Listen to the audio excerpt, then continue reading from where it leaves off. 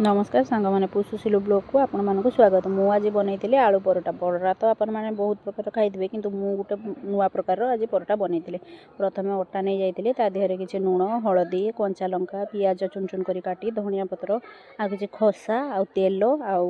सीझा आलू आज सका सी जेहेतु बेपार बाहरी होते तो आलू सीझा दीटा रखी से भाविली परोटा बनईदेवी आपर सबको भल भाव में दलीदेली सब भल की दलिकी मिक्स होगा पानी दे से दलीदेली दली सारी देहर छोट छोट जमी आम रुटी कला भाया छोट छोट गुला प्रस्तुत करदेली छोट छोट गुला करके भल भाव में एपार सेपारी अटा देकी बेली देली बेली दे सारापर ताबारे भल भाव सेकीदेली रुटीटा टिके एपट सेपट सेकीलापर तेल दे भल भाव सेकीदेली आप चाहिए घी दे भी करेंगे किंतु जेहेतु घी मु भी खाएनी कि मो पिला माने भी खाती से मुझे तेल दे सेकी देती रुटीटा आमर बहुत नरम भी होता जेहेतु आलू पड़ता बहुत नरम भी होता और हेल्दी भी थिला आप चाहिए ए किसी परिबा भी पकई पारे किंतु मुझे बनई मो रुटीटा तो बहुत टेस्टी होता आज सका जलखिया मो झील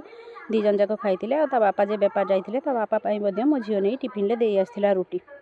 रुटीटा को आप सॉस साथ खाईपारे दही सांगे खाईपारे रुटीटा मत बहुत भल लगा आपण मैंने भी थोड़े एमती बनई खातु कमेंट मध्यम कहतु आपण मानक केमती लगुच